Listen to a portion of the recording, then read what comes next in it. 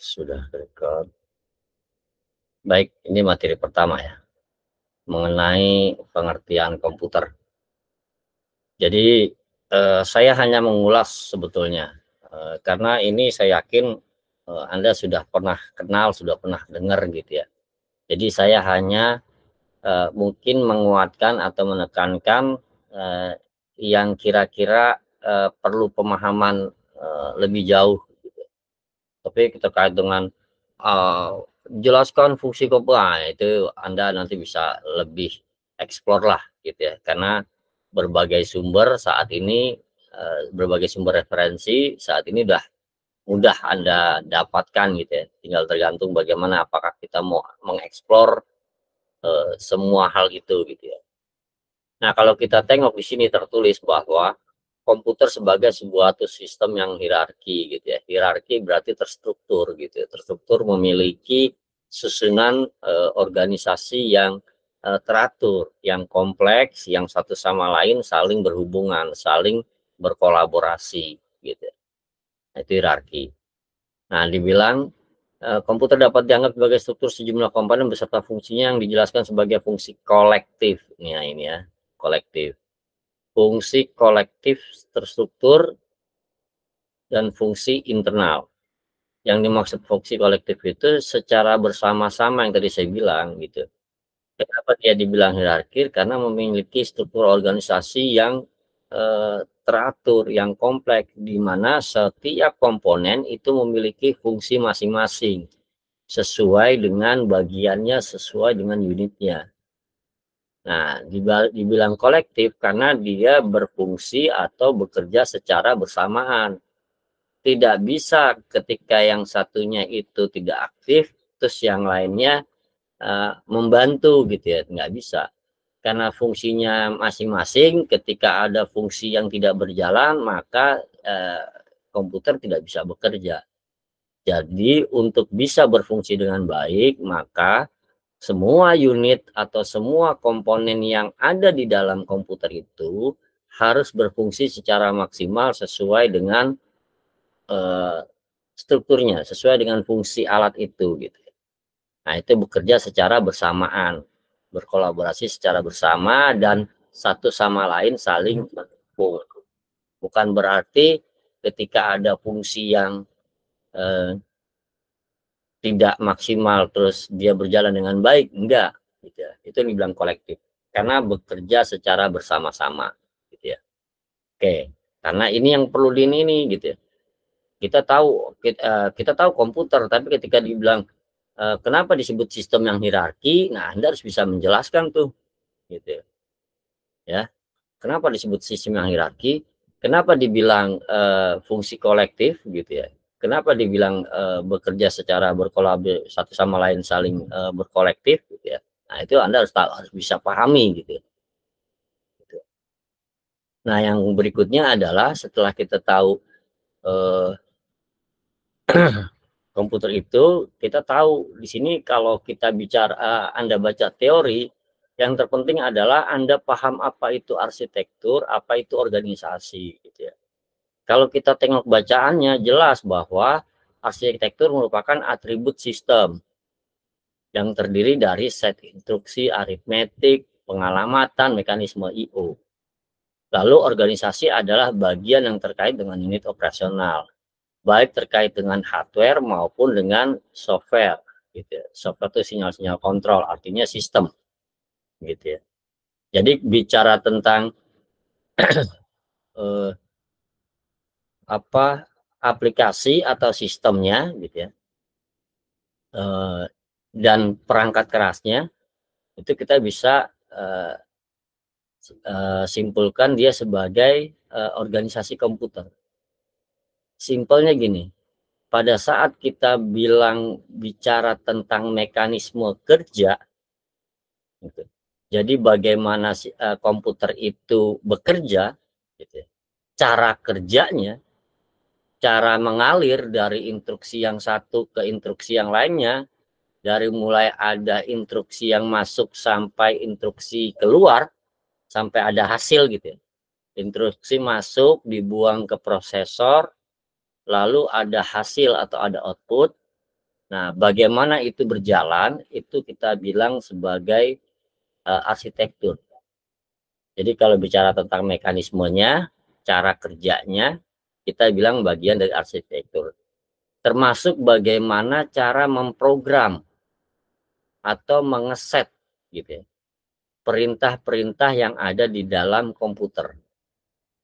Jadi perintah-perintah awal itu ada di dalam komputer. Contoh yang paling gampang, misalkan kita pernah dengar yang dibilang BIOS gitu atau BIOS gitu ya. Karena perintah awal itu ada di dalam BIOS. Ketika listrik masuk, terus diterima oleh perangkat, lalu perangkat menyala gitu ya. Lalu ada action gitu, ada instruksi yang dieksekusi gitu. Mulai ada tampilan dan seterusnya. Nah, perintah yang diprogram di dalam BIOS itu atau set instruksi yang di dalam BIOS itu bagian dari mekanisme arsitektur gitu ya. Itu yang dibilang arsitektur. Sementara kalau bicara tentang organisasi, bicara tentang komponen gitu ya. Bicara tentang komponen, perangkat semua yang menempel di dalam komputer, entah itu memori, entah itu hard disk, entah itu chipset, entah itu kapasitor, terus ada pin-pin kecil, pin-pin kuning gitu, ada slot-slot tertentu gitu, ada port-port I/O yang ada di dalam mainboard. Nah, komponen-komponen itu kita bilang organisasi. Jadi kalau bicara sekumpulan komponen itu organisasi, tapi kalau kita bilang bicara tentang sekumpulan kinerja, nah, itu arsitektur. Jadi bagaimana ngeset komputer bekerja, bagaimana sekumpulan kinerja atau aturan main atau mekanisme atau tata kerja, nah itu arsitektur, sementara organisasi itu alat-alatnya. Contoh yang gampang begini, kalau kita analogikan sebagai komputer atau mainboard itu dalam sebuah kota gitu, taruhlah Jakarta, bicara tentang gedung gubernur, gedung wali kota, gedung dinas, gedung Dephub, gedung kepolisian dan seterusnya, bicara tentang unit-unit gedung itu, bicara tentang jalanannya, jalan tol gitu ya, jalan tol, jalan layang, jalan kereta dan seterusnya, atau bicara tentang taman-taman gitu ya, museum-museum ya, komponen-komponen itu, nah itu organisasinya. Bagaimana struktur mulai dari tingkat kepala daerah, tingkat provinsi, sampai tingkat kecamatan misalnya. Nah, itu organisasi. Tapi bagaimana lalu lintas itu bekerja, bagaimana undang-undang itu diterapin, bagaimana peraturan daerah itu dibuat, ada peraturan daerah misalkan. Pokoknya kalau lampu merah menyala gitu ya, berarti kita berhenti. Nah, itu bicara arsitektur. Terus bagaimana mengatur rute gitu ya, Transjakarta lewat mana, koridor ini lewat mana, ini lewat mana. Nah, itu kan berarti bicara cara kerja. Kalau cara kerja berarti arsitektur. Tapi bicara lahannya, bicara jalur busway, bicara busway-nya, bicara supirnya gitu ya. Nah, itu organisasi. Tapi cara kerjanya itu arsitektur. Nah, itu yang harus Anda bisa pahami. Apa beda antara arsitektur dan organisasi. Dan keduanya itu menempel. Karena ini basic sampai kapanpun Anda akan pakai gitu. Kalau Anda memang ya terlepas Anda berkecimpung di dunia komputer atau enggak nantinya, tapi yang jelas ke depan kita kan pasti akan menggunakan komputer gitu. Sekarang aja kita udah pasti menggunakan komputer. Jadi selama kita masih bersinggungan dengan dunia komputer, ya mau tidak mau kita harus paham ini gitu. Apalagi Anda orang TI gitu ya, nah, itu harus tahu. Itu tentang arsitektur. Lalu apa perbedaannya gitu. Kalau kita lihat, Anda jangan cuma nanti apakah perbedaan atau jelaskan perbedaan antara arsitektur dan organisasi. Anda hanya menuliskan arsitektur sama organisasi dapat berbeda. apa yang sama, apa yang berbeda gitu ya. Nah, itu Anda harus bisa pahami gitu ya. Kenapa ini dibilang sama organisasi berbeda? Terus kenapa arsitektur bisa bertahan lama organisasi menyesuaikan perkembangan teknologi? Karena kita tahu bahwa arsitektur itu adalah mekanisme kerja. Sehingga apapun merek produknya, siapapun perusahaan yang mengeluarkan, selama itu bicara tentang mekanisme kerja komputer, cara kerja komputer mulai dari input, proses, sampai output, di dunia manapun, di bagian dunia manapun, semua sama. Gitu. MOS di Jakarta dengan di Amerika, ya dibilang MOS. Gitu. Nggak ada di sini dibilang, di Amerika dibilang MOS, di sini dibilang tikus gitu ya. Masa kita mau pakai tikus gitu kan, jadinya sama gitu. Terus ya pokoknya kalau udah bicara komponen mainboard yang dibilang BIOS ya itu gitu. Mau itu di ujung Jawa, mau itu di ujung Papua, mau itu di ujung kutub ya, mainboard ya itu gitu. Dan cara kerjanya ya input, proses, output itu semua sama. Tapi kenapa dibilang organisasi berbeda? Karena bentuk perangkat itu bisa beraneka ragam. Ketika ada inovasi, kreasi terhadap bentuk-bentuk gitu. Makanya saat ini kan lu banyak tuh. Kalau dulu mungkin USB hanya bentuknya seperti itu ya, kotak gitu ya. Dengan pin bisa diapain segala macam gitu. Kalau sekarang USB udah bisa flash disk ya, maksud saya tempat penyimpanannya. Gitu. Itu pasti sama. Anda boleh cross check yang dibilang port RJ45 gitu ya. Dari kapan tahu gitu ya? Dari kapan tahu, dari mulai komputer itu ada misalkan. RJ45 ya lubangnya seperti itu gitu ya. Lubangnya udah terbentuk gitu ya. Mau di sini, mau di luar negeri, mau di ujung kutub gitu ya. Sama RJ45 ya seperti itu. Nggak ada RJ45 dalam bentuk yang lain. Gitu ya. Nah, itu dibilang arsitektur sama, tapi kalau organisasi beda. Gitu. Kabelan gitu. Kalau bicara tentang kabel, ya sekarang pengembangan produk kan banyak.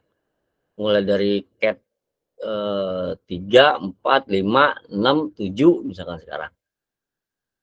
Ya. Nah, itu tergantung. Nah, itu yang dibilang kenapa dibilang arsitektur sama organisasi berbeda? Karena kalau bicara arsitektur mekanisme kerja dan kurun waktu terhadap mekanisme kerja itu bisa dalam beberapa tahun gitu. Bahkan bisa dalam satu generasi gitu. Contoh Pentium 1 generasinya misalkan. Mekanisme Pentium 1 atau cara kerja Pentium 1 atau model Pentium 1 selama generasi itu masih ada, ya aturannya pun sama gitu. Tata kerjanya sama gitu. Itu berapa tahun kalau kita hitung gitu. Pentium 1, 2, 3 itu termasuk lama. Apalagi begitu keluar sekarang Pentium 4 gitu ya. Dari tahun berapa tuh Pentium 4 keluar? Awal. Gitu. Nah, itu cara kerjanya sama. Tapi ketika bicara produk, nah, bicara komponennya, ya Anda bisa tahu perkembangan Pentium 4 aja gitu. Itu bisa berapa generasi gitu ya. Mulai dari misal kalau kita bicara bentuk ya, bicara komponen gitu ya. Pentium 4 misalkan dari 1,8, 1,9, 2 giga, 2, sekian, 3, sekian gitu ya. Bahkan sampai dual core misalnya, core to duo dan seterusnya. Terus begitu sekarang apakah kita nyebut Pentium 5? Nah, itu juga jadi tanda tanya gitu ya. Nah, itu kalau generasi Pentium. Nah, apakah Pentium itu sama dengan produk lain seperti misalkan kalau yang keluarannya Pentium itu kan keluarannya Intel misalnya. Kalau kita keluaran AMD bagaimana gitu ya. Nah, itu yang dibilang organisasi. Jadi kalau bicara komponen, kalau bicara alat, kalau bicara bentuk barangnya, bentuk hardware-nya itu bicara organisasi. Organisasi itu bisa perkembangannya itu tiap tahun itu bisa beda gitu. Apalagi saat ini gitu ya. dengan sedemikian canggih fungsi dan struktur komputer itu sendiri, maka bentuknya pun bisa beraneka ragam. Yang tadinya sebesar gajah gitu ya, sekarang dibikin sekecil semut gitu ya, sehingga mudah untuk dibawa kemana-mana gitu, tanpa menghilangkan fungsi yang maksimal, justru mungkin fungsi ditambah gitu ya. Kalau Anda dulu pernah lihat harddisk 500 megabyte ya, megabyte ini belum 1 giga gitu ya. Kalau Anda dulu pernah lihat harddisk 500 megabyte, 250 megabyte, 120 megabyte harddisk loh gitu ya. Itu berat-berat dan besar-besar gitu ya. Sekarang harddisk gitu, 1 tera aja bentuknya hampir sama dengan harddisk waktu itu misalkan 1 giga gitu ya, atau 120 giga misalnya. Dari harddisk yang besar sampai harddisknya diperkecil, bahkan saat ini generasinya bukan harddisk lagi, tapi memori gitu ya, dalam bentuk memori. Sehingga diperkecil lagi media penyimpanannya dengan fungsi yang sama, fungsinya untuk menyimpan, tapi dengan mekanisme yang berbeda. Kenapa? Karena kecepatannya ditambah, kapasitas atau daya tampungnya pun ditambah. Kalau bicara mekanismenya atau kecepatan, itu berarti cara kerja atau mekanisme kerja, masuknya ke arsitektur. Tapi kalau bentuk memorinya, gitu, itu masuknya ke organisasi. Makanya sekarang SD card itu bentuknya, slotnya pasti sama seperti itu. Mau laptop generasi sekarang misalkan, selama arsitekturnya belum berubah, biasanya berapapun kapasitas bisa ditempel di laptop tersebut gitu, karena slotnya masih sama. Tapi kalau memang generasinya berbeda, nah itu pasti slotnya berubah. Dulu kita kenal slot yang namanya slot PCI, slot PCM CIA, slot AGP gitu ya. Saat ini gitu, nah apakah kita bisa lihat slot-slot itu di generasi saat ini? Nah, Anda nanti boleh buktikan tuh gitu. Silahkan nanti Anda cross check selain laptop lah ya, PC lah ya, supaya Anda bisa kelihatan. Anda bisa cross check PC, kalau Anda punya PC, Anda buka itu mainboardnya, Anda lihat di situ. Apakah masih terpampang slot AGP misalkan, slot PCI, slot PCM CIA misalkan. Nah itu perlu Anda ini juga ya. Nah itu perlu Anda perhatikan. Jadi penekanannya adalah kalau kita bicara arsitektur, dia lebih ke mekanisme kerja, tata kerja, cara kerja, dan sebagainya. Kalau kita mau analogikan sebagai sebuah kota Jakarta gitu ya, atau sebuah kota, berarti arsitektur itu bicara tentang peraturan, cara kerja, aturan main, prosedur, gitu. Bagaimana aturan itu dibuat, nah itu bicara arsitektur. Bagaimana menyusun tata kota yang baik gitu ya. Di sini ada got, di sini ada kali, di sini tempat gedungnya, di sana. Nah, itu cara ngatur penempatannya itu arsitektur. Tapi kalau kita bicara komponennya, nah itu organisasi. Nah, ada dua hal yang juga nanti Anda perlu pahami lebih detail gitu ya. Kenapa? Ada dua kata struktur dan fungsi. Struktur, nah tadi udah saya singgung sebetulnya di depan. Bagaimana setiap komponen saling berhubungan. Tadi makanya dibilang hierarki gitu ya. Tapi kalau fungsi, bagaimana kerja masing-masing komponen itu. Jadi kalau ada sekumpulan komponen gitu ya. Nah, bagaimana komponen itu disambungin, nah itu struktur. Tapi kalau bicara fungsi dari setiap komponen itu fungsi. Simpel sebetulnya. Ini ada alat, ada komponen, dihubungkan dengan komponen yang lain, itu struktur. Gitu. Tapi bagaimana komponen itu berfungsi, nah itu fungsi dari sebuah komputer. kita tengok yang berikutnya adalah di sini tertulis semua komputer memiliki 4 fungsi. Nah, ini hati-hati juga ya. Makanya kemarin saya singgung.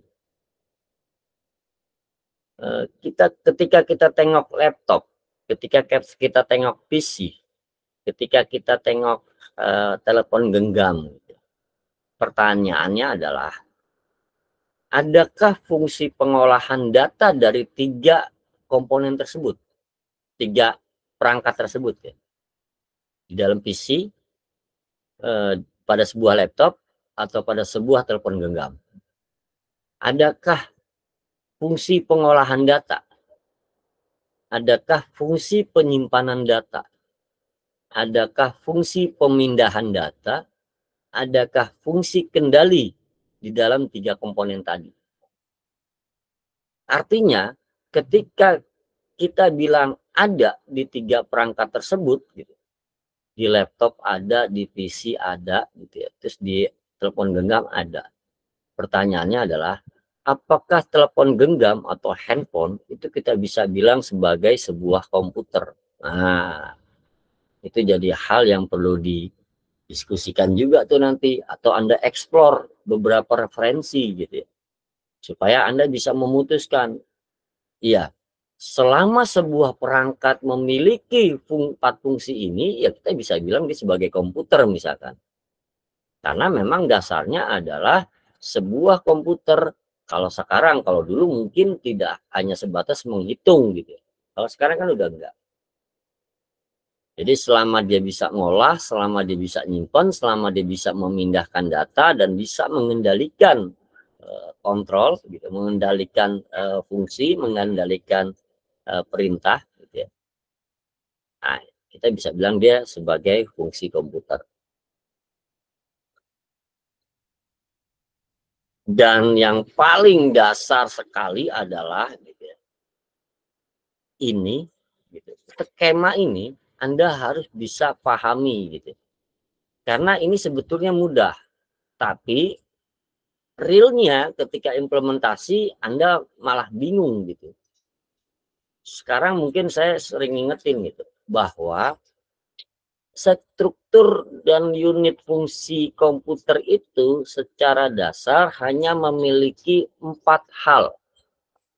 Apa yang pertama?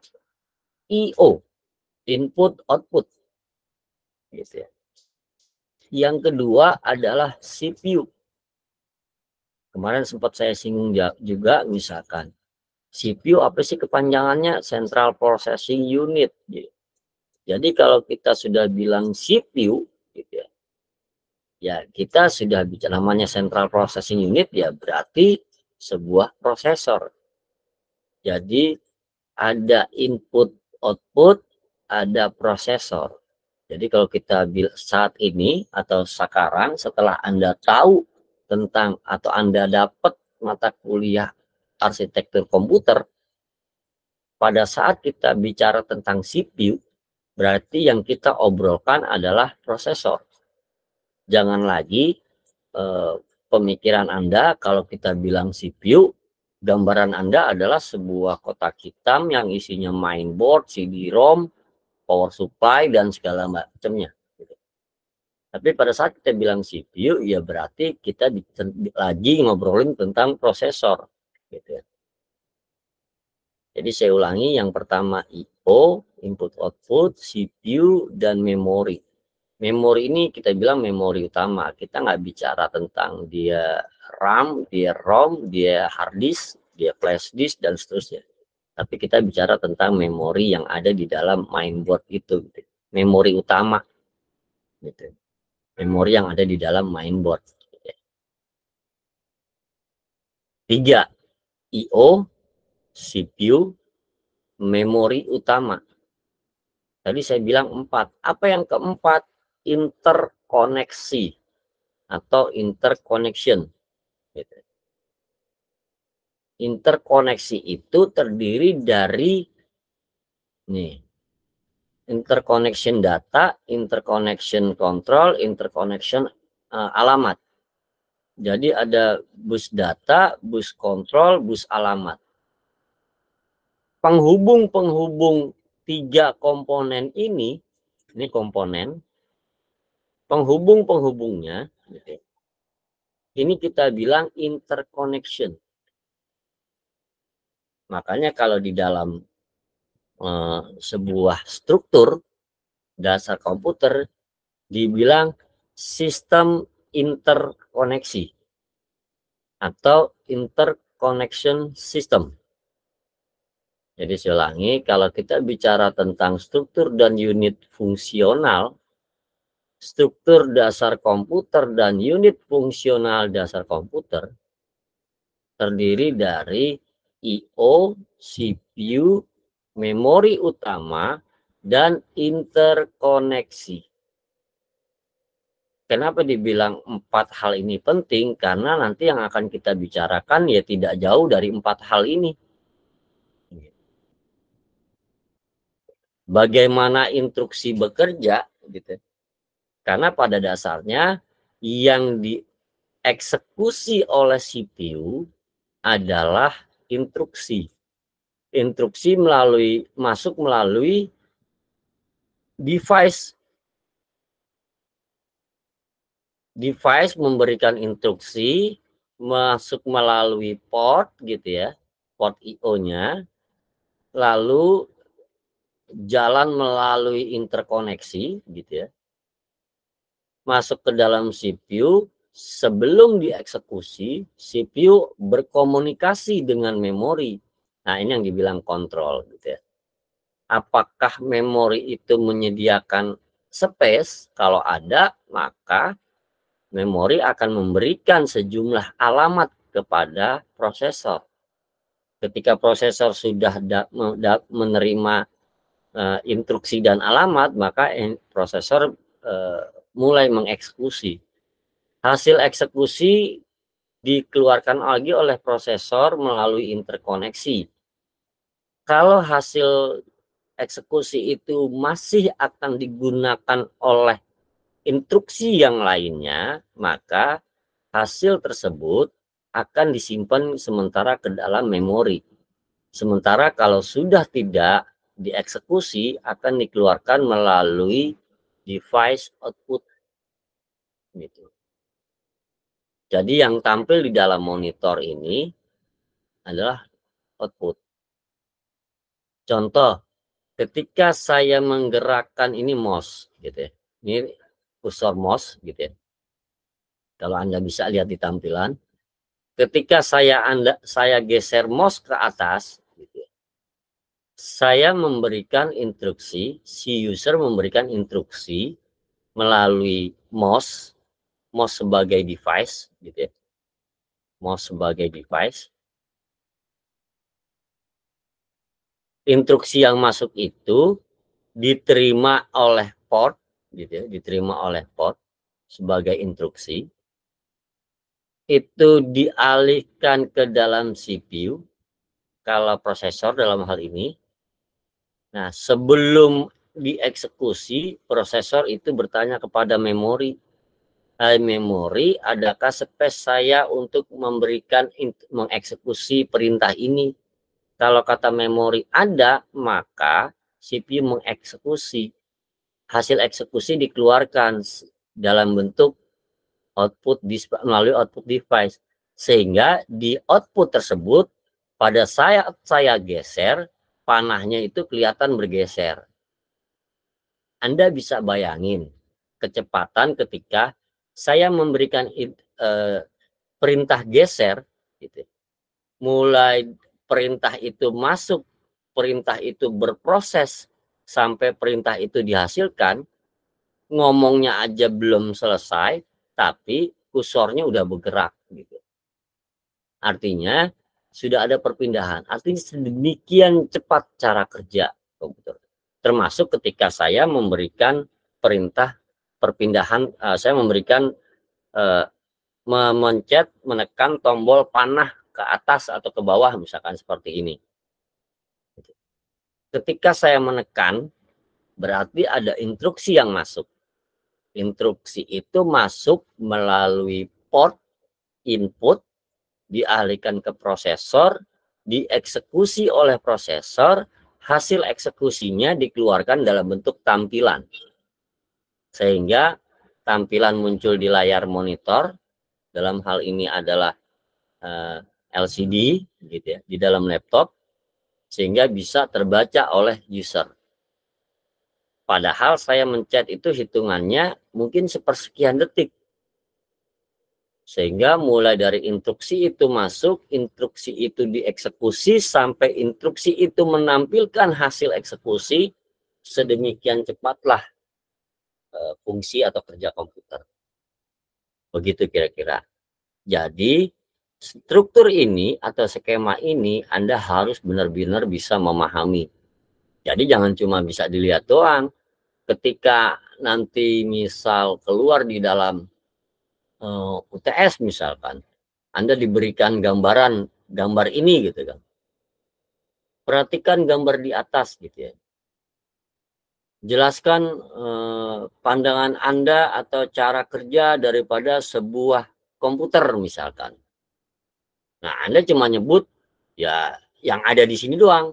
Ini ada input output port, ada control bus, ada data bus, tapi Anda tidak menjelaskan secara detail tadi bagaimana instruksi masuk, berproses sama output. Jadi saya ingin tekankan sekali lagi bahwa kalau kita melihat skema ini bisa kita lihat cara kerja atau mekanisme kerja dari sebuah instruksi yang masuk ke dalam sebuah komputer, diproses oleh komputer dan dikeluarkan oleh komputer. Gitu. Makanya di sini komponen yang terlihat adalah port input output, CPU, memori utama, dan interkoneksi. Gitu. Jangan lupa di sini terlihat interkoneksi ada 3 gitu ya. Kenapa saya belum jelaskan ini? Karena ini nanti ada di pertemuan ketiga ketika kita bicara sistem bus atau sistem interkoneksi. Gitu. Oke ya. Nah, ini harus Anda pahami. Next. Ini hanya sebatas pengertian. Anda bisa baca secara detail. Apa sih input device?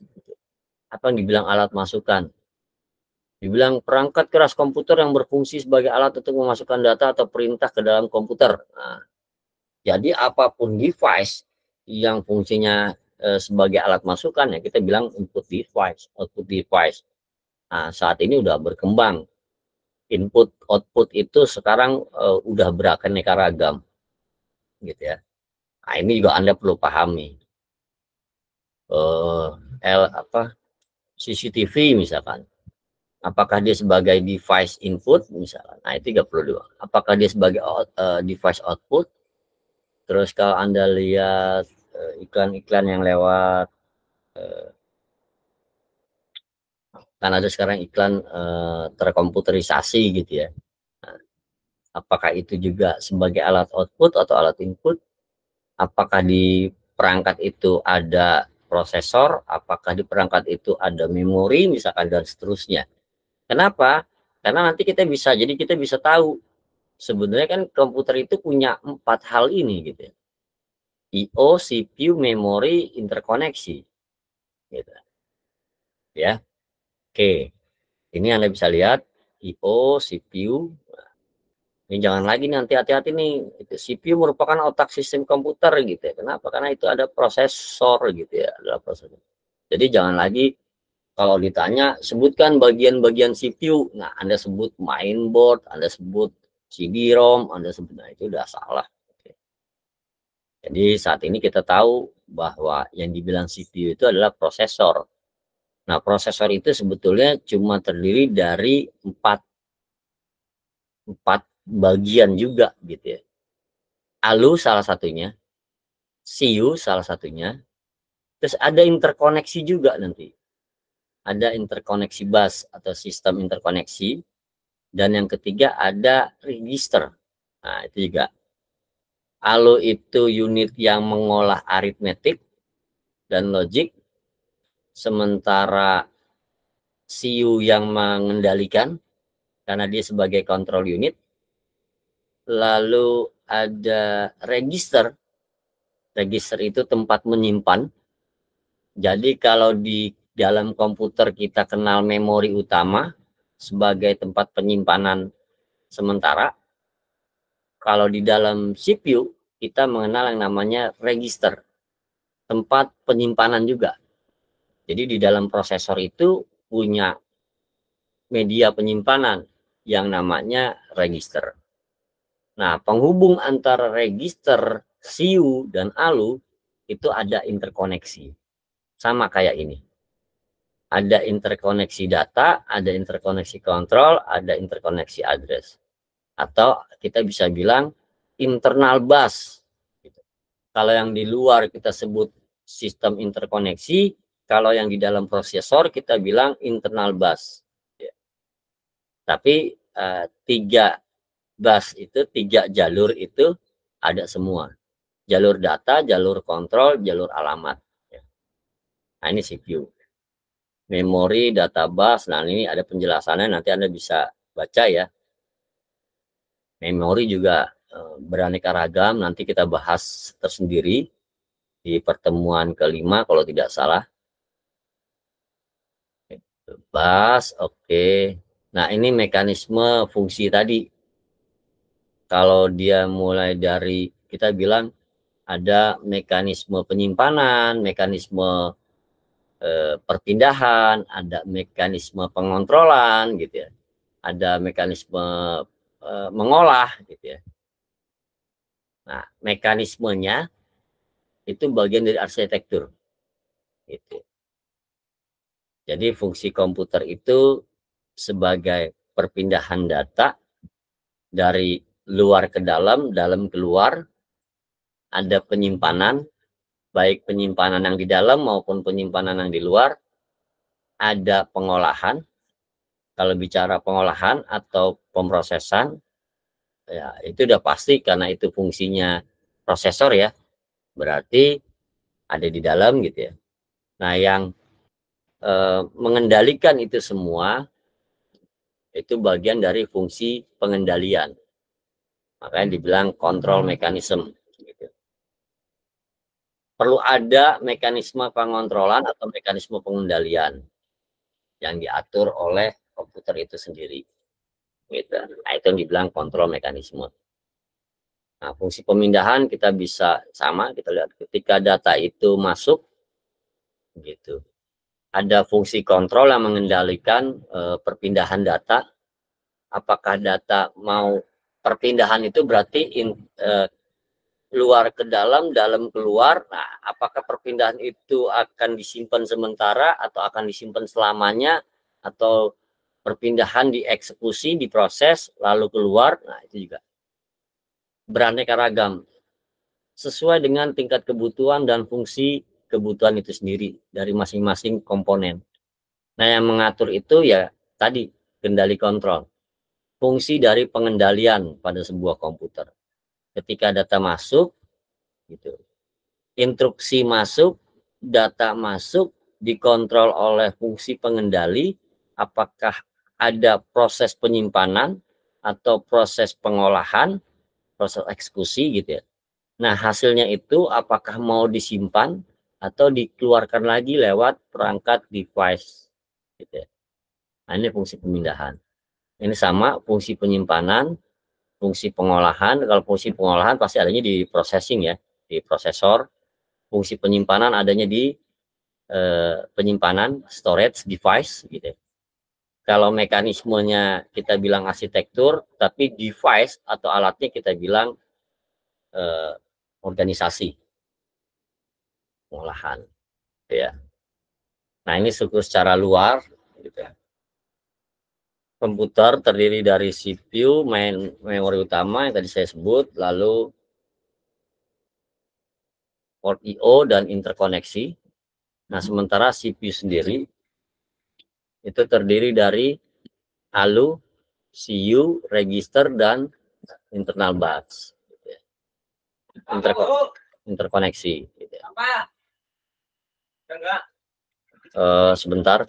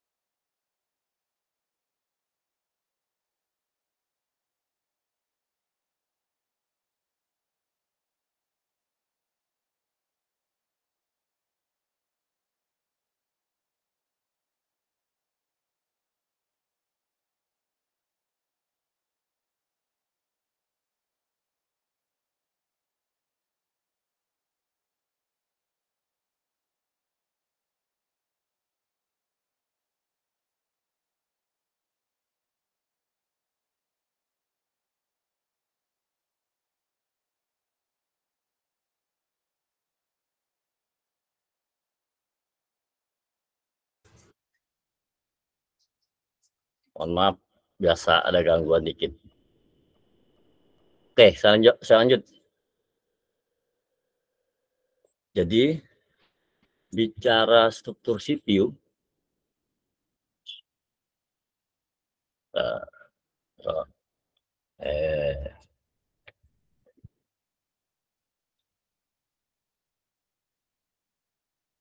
CPU itu terdiri dari ALU, CU, register, dan internal bus.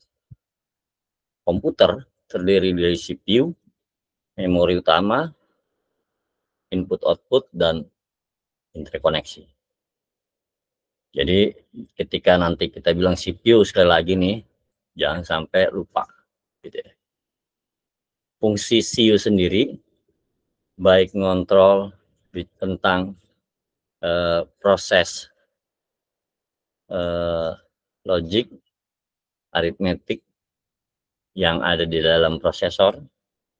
Karena prinsipnya kan prosesor itu bekerja cuma dengan 1010 ya. Aritmetik logik itu karena punya aturan tersendiri, prosedurnya jelas. Sengaja.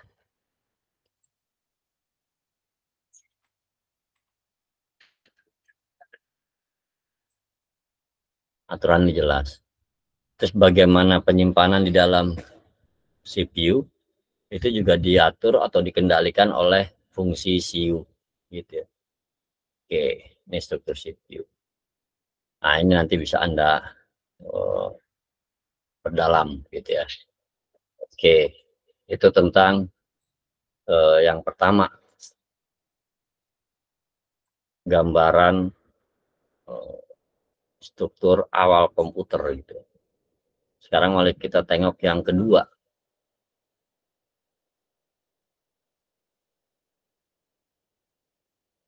Ini juga sedikit ya, karena hanya sebatas tentang perkembangan komputer. Kalau kita tengok sekarang pukul 9:12, mudah-mudahan 15 menit ke depan juga kelihatan gambaran tentang karena ini Anda pernah dapat di PTI sebetulnya, PTI kalau tidak salah, itu tentang evolusi sejarah komputer gitu.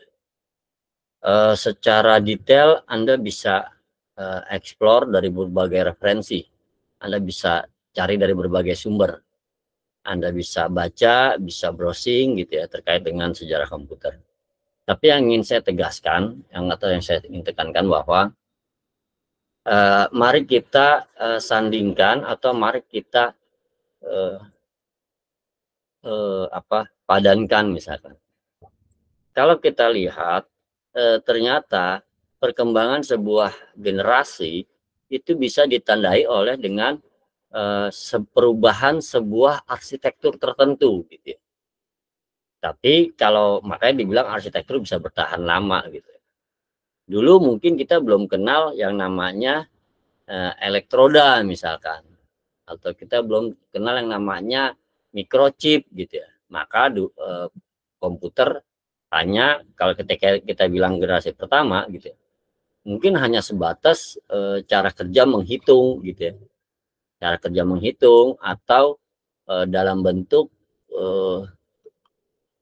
perintah-perintah atau algoritma tertentu untuk menentukan hasil kalkulasi dari sebuah perhitungan gitu ya. Tapi begitu fungsi dan kebutuhan dari sebuah alat hitung itu sendiri misalkan, bagaimana alat hitung itu misalkan atau bagaimana fungsi itu bisa dikembangkan gitu. Nah, sejalan dengan perkembangan itu dan juga perkembangan sebuah perangkat gitu ya, maka itu bisa lebih diperluas gitu. Yang tadinya mungkin hanya sebatas hitungan ringan jadi hitungan yang agak kompleks gitu ya. Lalu yang tadinya cuma hanya bisa bekerja di satu titik lalu bisa berkembang di berbagai titik gitu ya. Makanya perkembangannya kalau kita tengok itu sebetulnya sejalan dengan mekanisme kerja, arsitektur yang ada di dalam komputer, bahkan sampai perangkat yang berkembang dari tahun ke tahun. Makanya ada istilah atau evolusi komputer, generasi dari komputer ke komputer yang lain. Mulai dari generasi pertama sampai generasi kelima. Saya tidak tahu apakah sekarang bisa kita sebut generasi ke-6 gitu ya. Karena batasan kelima ini nih masih belum ada referensi yang pas gitu ya. Karena kalau kita bisa bilang generasi kelima itu diawali dengan adanya generasi chip gitu ya, dengan adanya Pentium gitu ya. Nah, generasi keempat mungkin dengan generasi kelima mulai ada pengembangan dari microchip gitu ya. Generasi keempat ditandai dengan microchip misalkan. Kita bisa lihat generasi pertama ditandai dengan, kalau bicara mekanisme, bicara arsitektur, itu ditandai dengan misalnya adalah tentang konsep ini, store program atau cara penyimpanan gitu, magnetic core storage gitu ya. Kalau dari organisasi perangkatnya dibuat dengan menggunakan vakum tube gitu ya, tabung hampa udara.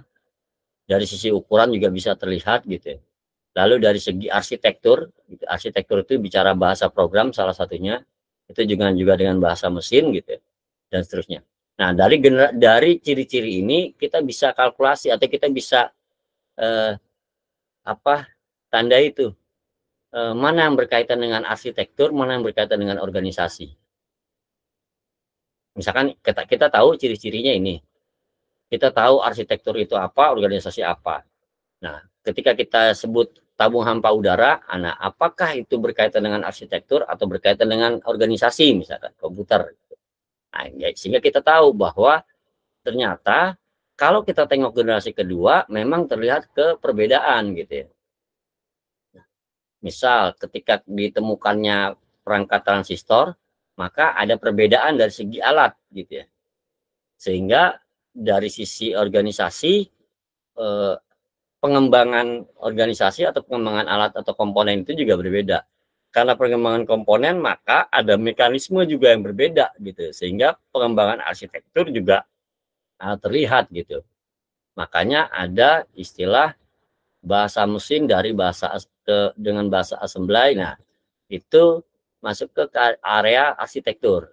Karena bagaimana perintah-perintah itu diset atau diprogram. Gitu. Lalu ada istilah simpanan luar. Nah, berarti dari sisi organisasi, media penyimpanannya pun berbeda.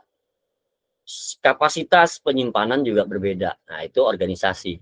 Jadi ada komponen yang menampung dengan penambahan jumlah kapasitas gitu ya. Lalu komputer generasi ketiga bagaimana gitu. Begitu transistor sudah berkembang, ada perkembangan IC misalkan. IC dan seterusnya. Nah, sehingga ada perkembangan komponen, ada perkembangan arsitektur juga. Makanya perbedaannya salah satunya kalau bicara arsitektur, kecepatan, kapasitas, terus bagaimana mekanisme kerja itu lebih baik, itu bagian dari arsitektur. Lalu dari segi alat bagaimana? Ternyata memang alat juga sudah berkembang sangat signifikan gitu. Mungkin perkembangan audio, video, dan seterusnya itu sudah bisa dibuat di era itu gitu kan. Kan kita bisa lihat nih, alat-alat input output menggunakan visual. Nah, artinya sudah bisa menampilkan sumbernya audio visual sudah bermain gitu ya.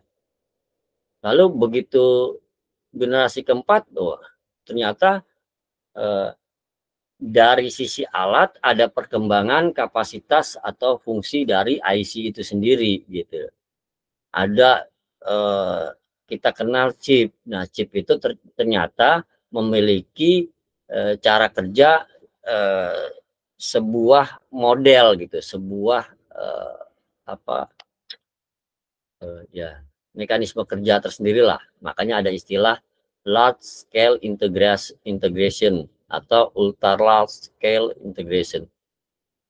Nah, ini dari sebuah perangkat gitu. Ini kalau bicara integrasi, berarti mengenai mekanisme. Nah, itu areanya arsitektur. Nah, begitu ada perpindahan atau perbedaan sebuah arsitektur, biasanya itu akan menandai sebuah generasi komputer atau evolusi komputer itu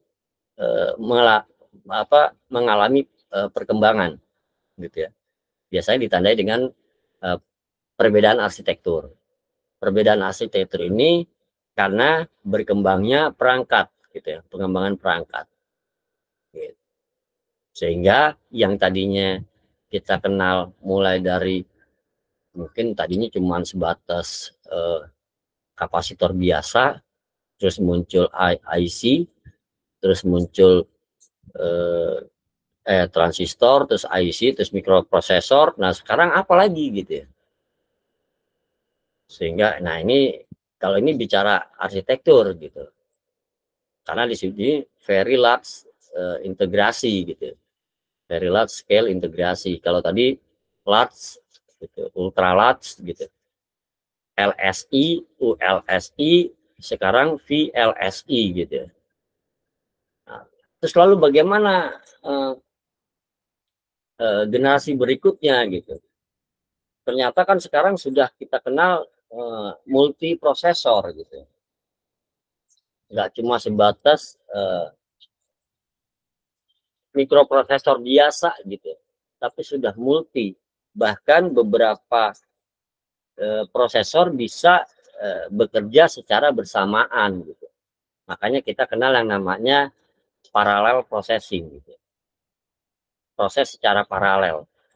Bahkan kita mengenal adanya teknologi artificial intelligence dan seterusnya. Nah, apakah sekarang ini masuk generasi ke-6? Atau mungkin nggak tahu kalau kita generasi ke-6. Apakah generasi ke-6 itu kalau boleh dibilang yang udah nggak ada lagi, ya semua sekarang semua serba canggih gitu ya. Kita bisa bayangkan nggak kalau kayak di film-film gitu ya, semua sudah digerakkan komputer gitu. Udah nggak ada lagi yang namanya sepeda digoes gitu ya, misalkan gitu. Semua udah terbang gitu ya, sepeda terbang gitu, mobil terbang. Bisa nggak ngebayangin itu? Ada nggak kemungkinan teknologi ke arah itu gitu? Kalau kita ngebayangin sebuah film-film gitu. Nah, kalau udah generasi seperti itu, apakah kita bisa sebut generasi ke-5, generasi ke-6 gitu? Atau mungkin kayak model teori kependudukan gitu. Ada generasi X, generasi Gen Z, Gen X, Gen A, Gen B, nah, nggak tahu. Sama halnya kayak prosesor. Prosesor Pentium 4, terus Pentium 5 keluarga gitu. Ada kita bisa bilang Pentium 5 gitu. Ternyata kan mulai dari dual core to duo, quad, hexa dan seterusnya sampai sekarang keluar core I gitu ya.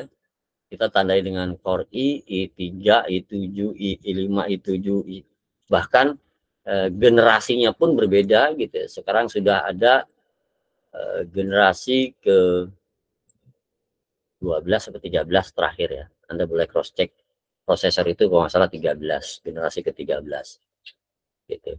Perbedaan generasi, kalau generasi penciptaan, kapan diciptakannya. Generasi terdahulu mungkin generasi 3, 4, 5, nah udah itu tahun berapa gitu, udah tahun 2000-an sih, tapi tahun berapa gitu, atau tahun 90-an misalkan. Tapi kalau bicara cara kerja, itu ada istilah core gitu ya. Itu cara kerja. Kerja dengan satu instruksi, dua instruksi, sekian banyak ribuan jutaan instruksi dalam sekian waktu tertentu. Nah, itu ditandai dengan core biasanya. Penempatan bilah-bilah proses gitu ya. Nah, itu nanti kita singgung coba ketika nanti kita di pertemuan luring gitu ya. Nah, itu sekarang udah banyak tuh gitu. Nah, hal seperti itu ya otomatis akan menentukan range biaya gitu ya. Karena teknologi yang digunakan semakin canggih, otomatis ya harga juga akan mengikuti ya. Nah, itu ditandai dengan berbagai jenis arsitektur dan organisasi yang berkembang sedemikian cepat. Jadi kita bisa lihat bahwa perkembangan arsitektur komputer dan organisasi komputer saat ini itu udah sangat canggih, gitu ya. Udah sangat canggih. Sekarang udah ya, walaupun masih terpakai istilah kabel gitu, wire dan wireless gitu. Bahkan ada istilah sekarang udah absen tidak perlu lagi pakai sidik jari misalkan, tapi sudah otomatis gitu ya. Kita lewat aja bisa dihitung absen gitu ya, karena sudah ada misal sensor gerak, sensor mata, sensor wajah, dan seterusnya. Jadi absen itu sudah mengenali sensor. Misal ada sebuah kantor besar gitu ya di Jakarta gitu ya, begitu Anda lewat pintunya gitu, karena di pintu itu ada sensor gitu. Sensor yang digunakan adalah sensor wajah, sementara data Anda sudah terdeteksi kan ketika kalau Anda memang pegawai di situ gitu. Sehingga ketika Anda melalui pintu itu gitu, Anda sudah terdeteksi sebagai si A, si B, si C. Anda ada di lantai sekian, bagian ini, dan seterusnya. Sehingga ketika Anda masuk, terus akses ke dalam, misalnya akses lift misalkan. Akses lift mungkin sudah tidak lagi menggunakan kartu misalkan. Tapi Anda sudah tinggal masuk ke dalam lift, lift sudah mendeteksi bahwa Anda adalah si A, dan lift akan mengarahkan langsung Anda ke tempat Anda sendiri. Misalkan Anda sebagai pegawai yang bekerja di lantai 7 gitu ya, ruang 6 misalkan. Sehingga ketika Anda masuk ke dalam lift, lift sudah mengarahkan ke lantai 7, dan begitu keluar lantai 7, Anda sudah bisa langsung masuk ke lantai ruang 6. Tapi ketika nanti Anda mau masuk ke lantai lain gitu ya, nah, Anda tentu harus menggunakan akses lagi gitu. Di setting Anda sudah bisa akses sampai Anda duduk di meja Anda sendiri gitu ya. Tapi ternyata Anda nggak mau ke meja langsung, Anda mau ke kantin misalnya. Nah, otomatis harus ada akses. Anda nggak bisa langsung pencet kantin gitu ya, nggak bisa, atau basement gitu ya, atau kantin ada di lantai 20, ada lantai ke dalam, nggak bisa sebelum Anda menggunakan akses. Nah, salah satu akses yang dipakai adalah sensor sidik jari. Jadi ada di depan lift itu sebuah alat menggunakan sensor sidik jari, tinggal Anda pencet menggunakan sidik jari, tekan lantai 20, ini lift sudah berjejer 6 lift misalkan, 6 space gitu. Begitu ada Anda pencet 20 ya, entah mana lift yang keluar kebuka duluan, itulah udah ada tandanya gitu ya. Atau di situ sudah terindikasi Anda akan masuk lift 6 gitu ya. Ya Anda tinggal menuju ke lift 6, udah Anda akan masuk ke lantai 20 gitu. Ke lantai 20 mana yang akan ada 7, di situ udah terdeteksi ruangannya gitu ya. Jadi ruangan di lantai 20 itu udah ke set gitu ya. Ruang A, B, C, D, E gitu ya. Anda mau ke kantin, kantin ada di ruang K misalkan. Lantai 20 ruang K, karena kantin gitu ya. Anda tinggal klik klik klik klik. Udah, oke, enter. Udah. Jadi Anda nggak perlu lagi pakai kartu atau scan wajah. Jadi sehingga Anda tinggal, pokoknya begitu Anda langsung diarahkan ke lantai 20, langsung K. Tapi kalau Anda mau ke toilet dulu, ya mau nggak mau Anda harus menggunakan akses, karena pintu yang dibukain ya hanya ke ruang itu gitu ya. Nah, itu sudah ada di Jakarta. Gitu, itu sudah ada di Jakarta. Anda nanti jangan kaget kalau datang ke suatu gedung gitu, tidak bisa akses bebas gitu. Anda mau ketemu A, ketemu B, nggak bisa asal masuk aja gitu. Anda harus ya, pasti ada yang tanya deh di depan gitu kan, mau kemana. Tapi kalau Anda pegawai gedung itu ya tidak perlu ditanya, karena udah ketahuan. Begitu Anda masuk, sensor udah mendeteksi Anda adalah pegawai lantai 6 misalkan, itu udah masuk, udah ketahuan. Tapi kalau Anda bukan pegawai situ, Anda nggak bisa. Karena sensor akan menolak Anda dan pintu tidak akan terbuka dan akses pasti akan ketutup. Nah, pegawai situ akan tahu bahwa Anda akan ketutup, Anda akan tidak bisa masuk, makanya ditanya mau kemana, mau ke lantai berapa, ketemu siapa, nanti aksesnya dibukain. Bukan karena ribet tata aturannya, karena dia akan, yang nanya akan ngasih tahu, akan buka jalan tuh. Mau ke lantai berapa, mau ketemu mana, mau ke PT apa misalkan. Ya, dia udah ada ke lantai 20, tes 20. Ketemu dengan siapa? Nah, itu ketahuan tuh. Si A itu adanya di pintu di ruang ini gitu. Nah, Anda yang dibukain adalah ke sini. Tinggal nanti paling koordinasi ke bagian yang ada di atas. Nah, itu sudah secanggih itu sekarang. Nah, pertanyaannya, model-model seperti ini, apakah kita bisa kategorikan generasi kelima? Ataukah sudah muncul generasi baru? Gitu ya. Nah, itu bisa Anda explore, cari referensinya, gitu ya. Karena kan sekarang belum muncul nih generasi berikutnya nih. Kita sekarang masih kenal generasi kelima. Oke. Nah, ini sih contoh-contoh perangkat ya. Sekarang perangkatnya udah malah canggih-canggih gitu. Ini mohon maaf mungkin masih menggunakan catatan-catatan atau referensi-referensi sebelumnya.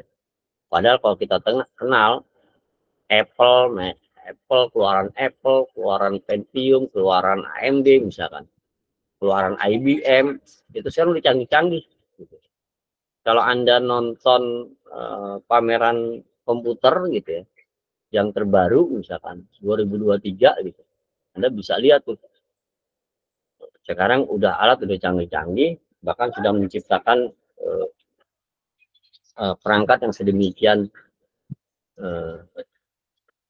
canggih gitulah ya. Oke. Pentium 1 4 keluaran 2 menggunakan i7. Wah, sekarang ada gak di luar di atas i7 ya, Anda bisa lihat lagi sekarang udah canggih-canggih ya. Oke.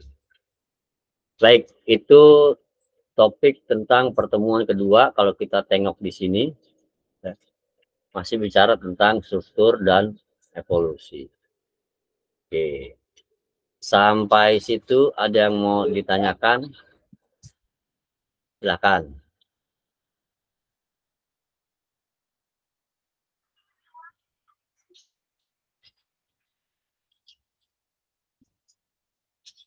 Ada yang mau ditanyakan?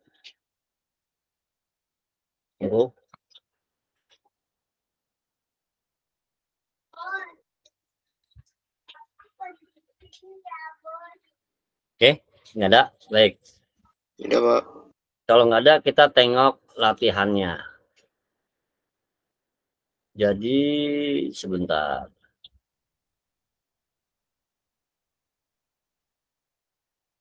Saya share lagi. All aja.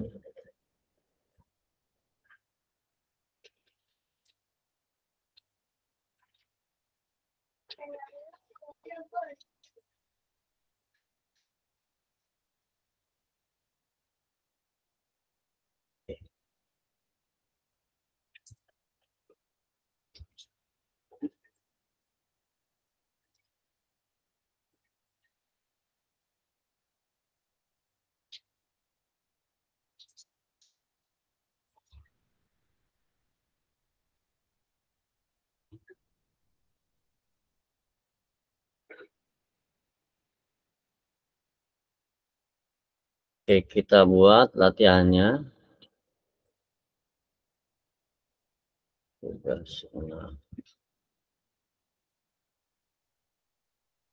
L47 L02. Latihannya adalah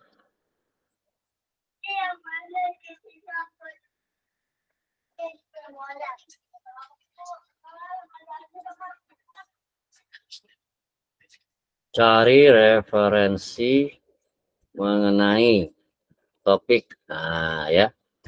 Jadi Anda hanya mencari referensi. Artinya ini bisa dilakukan dengan browsing bebas, baik dalam bentuk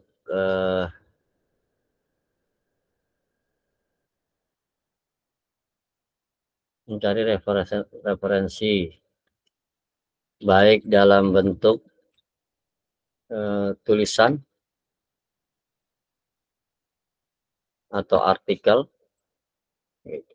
atau gambar atau video, artinya atau lainnya, artinya tidak dibatasi, bebas mengenai topik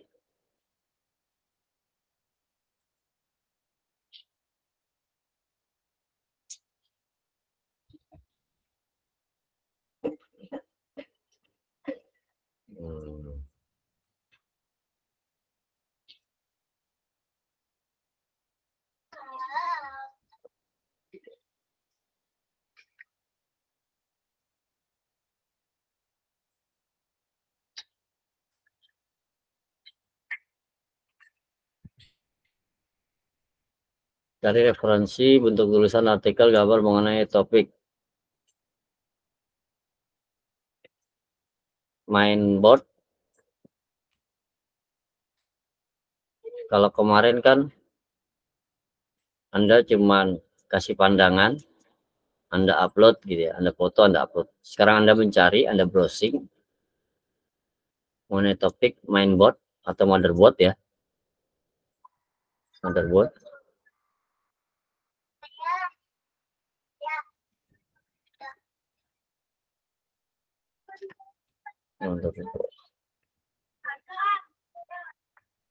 Atau memori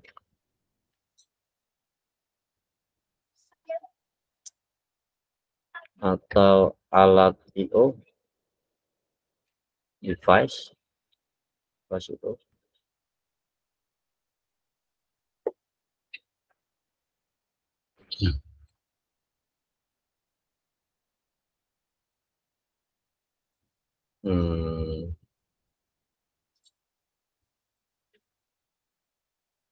Bisa deh, input device,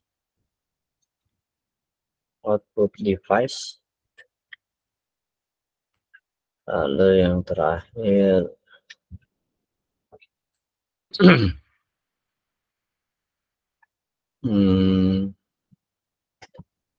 CPU.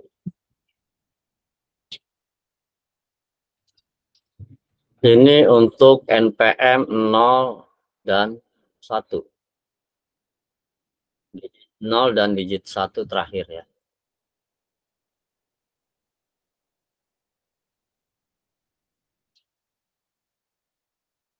Digit 0 dan 1. Ini untuk NPM 2 dan 3. Digit 2 dan digit 3 terakhir. Ini untuk NPM digit 4 dan digit 5. Ini untuk NPM digit terakhir 6 dan 7. Dan ini untuk NPM digit 8 dan 9. Jadi Anda mencari referensi, cari referensi, bentuknya bebas, artinya sumbernya dari berbagai sumber boleh. Boleh berasal dari sebuah web misalkan ya. Kalau Anda artikel, kalau dalam bentuk video berarti dari sebuah YouTube. Jadi apapun bentuknya bebas lah, Anda browsing. Itu kalau dari internet. Kalau dari buku Pak, nggak apa-apa. Kalau dari buku ya tulis aja referensinya gitu ya. Nah, setelah Anda ketemu gitu ya, setelah Anda cari, Anda dapat gitu ya, Anda salin link referensi tersebut. Salin atau tulis ya, gampang, tulis link referensi tersebut dalam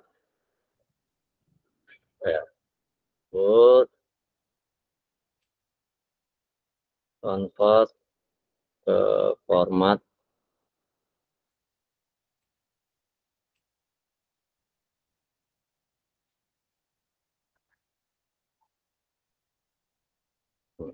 ya. Jadi Anda salin, artinya Anda ketik gitu, Anda tulis gitu ya. Boleh tulis tangan kalau Anda nggak bisa ini, tapi pastikan link itu tidak ada yang salah kalau tulis tangan. Lalu Anda convert ke dalam bentuk PDF, lalu Anda upload di sini. Ya sebetulnya simpel, Anda nyari referensi, dapat referensi, referensinya ditulis gitu ya. Pak, berapa jumlah referensi? Minimal 5 referensi gitu ya.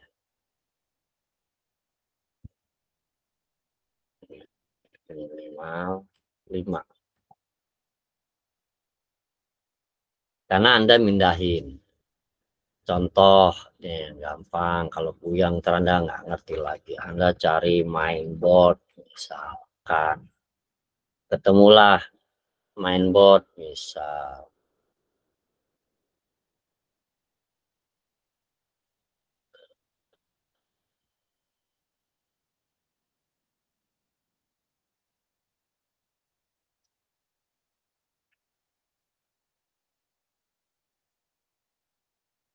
Nah, misalkan ini kan dalam bentuk gambar misal. Anda dapatkan link ya, Anda copy linknya gitu kan. Terus Anda buang ke Word gitu ya.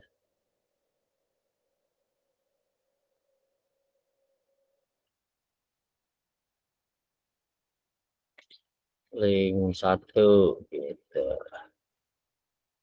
Nah, link 2 Anda cari lagi gitu ya. Nah, ini Anda download ke dalam bentuk PDF gitu ya. PDF Anda labelin sudah, baru Anda upload ke sini gitu ya. Anda upload ke sini filenya ya. Oke, karena Anda browsing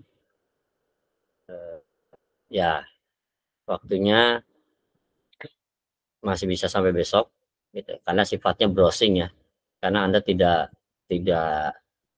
mengeksplor pikiran gitu ya. Anda tidak ini, kalau kemarin Anda cuman tulis terus upload. Nah, sekarang bicara deadline sampai besok lah, Jumat.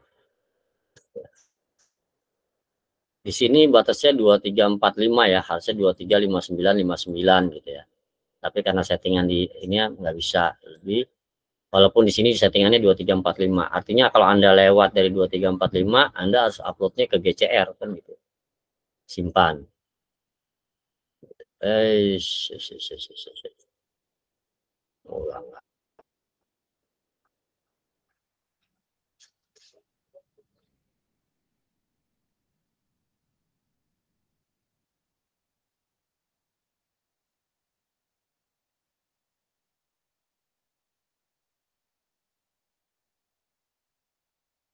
kelamaan.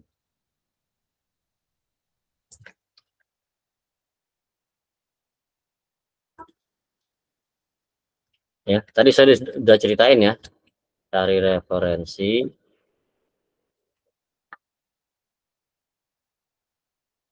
topik 1 mainboard, topik 2 memori, topik 3 input device, topik 4 output device,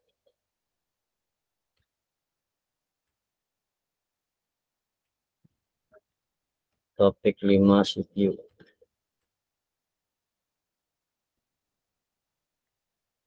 Salin atau tulis, simpan file, konversi, dan upload.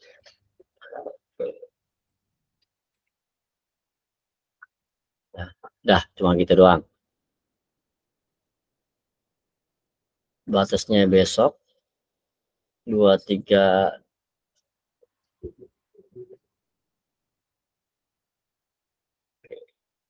ya, udah masuk ya. Anda ngumpulinnya di LMS, ngumpulin di LMS. Lalu setelah Anda upload gitu ya, setelah Anda upload, Anda screenshot hasil, Anda buang ke GCR. GCR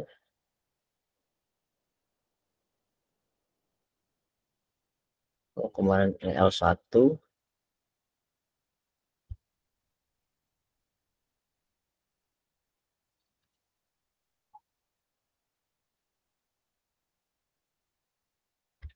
upload bukti kirim. Nice.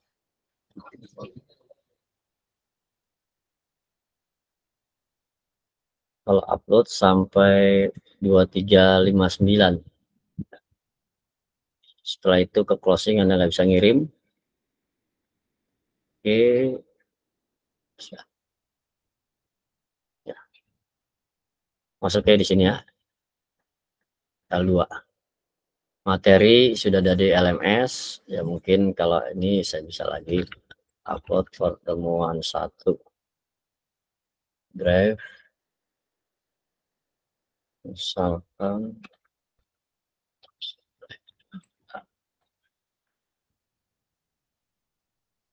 ini arsitektur 1 untuk PDF, tambahkan posting.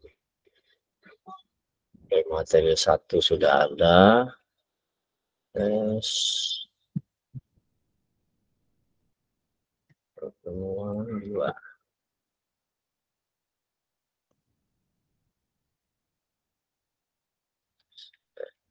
Dan organisasi.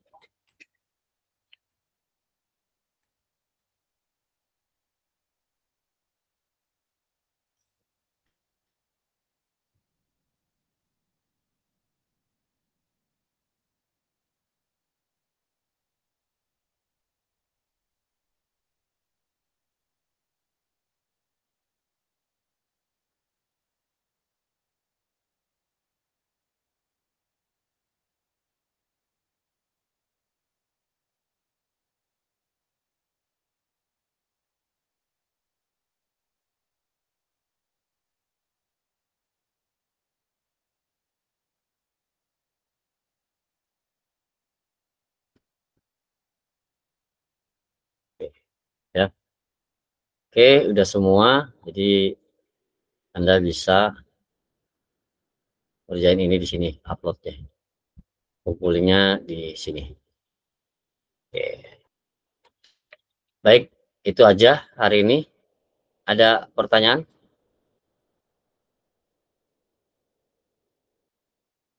Tidak ada? Tidak ada, Pak. Kalau Pak. Cukup, Pak. saya mau ambil screenshot. Jadi yang bisa on cam, monggo dipersilahkan on cam. Yang bisa aja, yang nggak bisa nggak masalah.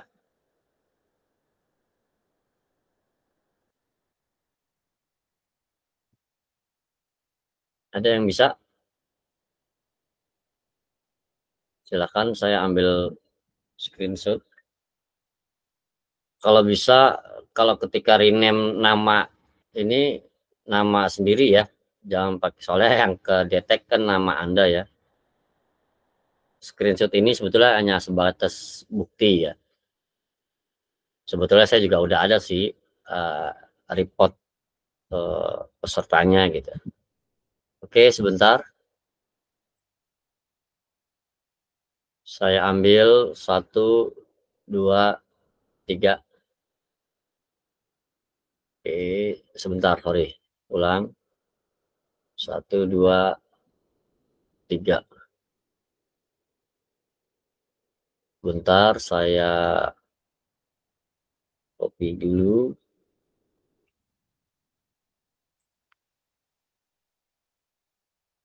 Oke, sekali lagi.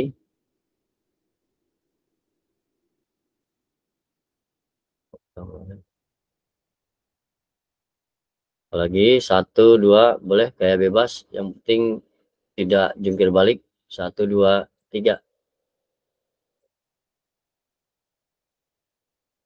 Oke, itu aja. Terima kasih. Saya akhiri. Assalamualaikum warahmatullahi wabarakatuh.